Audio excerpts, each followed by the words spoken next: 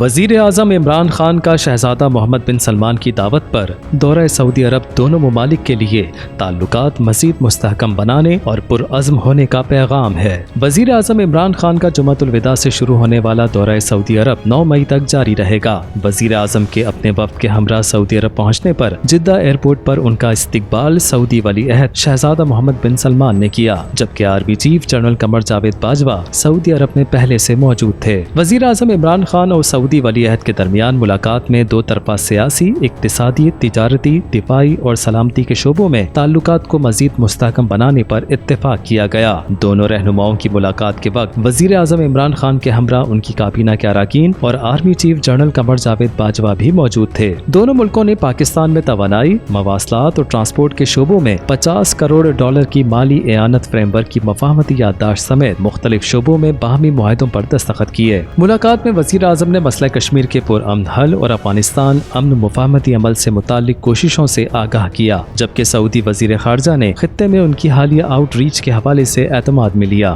وزیر خارجہ شاہ محمود قریشی نے بتایا کہ سعودی ولی عہد نے پاکستان کے وفد کو سعودی عرب کے ویژن کے خد و خال سے آگاہ کیا۔ اس ویژن کو عملی جامہ پہنانے کے لیے سعودی عرب کو اگلے 10 سال کے دوران 10 ملین افرادی قوت درکار ہوگی اور ورک فورس کا زیادہ حصہ پاکستان سے لیا جائے گا۔ شاہ محمود قریشی نے کہا کہ روزگار کے حوالے سے پاکستانیوں کے لیے یہ بہت بڑی خبر ہے۔ اس کے علاوہ دونوں رہنماؤں نے خطے کی ترقی کے لیے سی پیک پر بھی بات چیت کی۔ وزیر اعظم عمران خان کا کہنا تھا کہ سی پیک منصوبہ تمام شعبوں میں دو طرفہ تعاون کو بڑھانے میں اہم کردار ادا کرے گا۔ پاکستان اور سعودی عرب کے درمیان 5 اہم معاہدوں پر بھی دستخط ہوئے۔ وزیر اعظم عمران خان اور سعودی ولی عہد شہزادہ محمد بن سلمان کے درمیان سپریم کوآرڈینیشن کونسل کے قیام کے حوالے سے مفاہمتی یادداشت پر دستخط کیے گئے، جبکہ 2 معاہدے دونوں ممالک کے قیدیوں کے تبادلے اور جرائم کے خلاف جنگ میں تعاون سے متعلق ہوئے، جن پر وزیر داخلہ شیخ رشید احمد نے دستخط کیے۔ باقی 2 معاہدے منشیات سے متعلق غیر قانونی ٹریفک کا مقابلہ کرنے سے متعلق مفاہمتی یادداشت پر دستخط اور دوسرا سعودی عرب پاکستان کو سعودی ڈیولپمنٹ فنڈ سے $500 ملین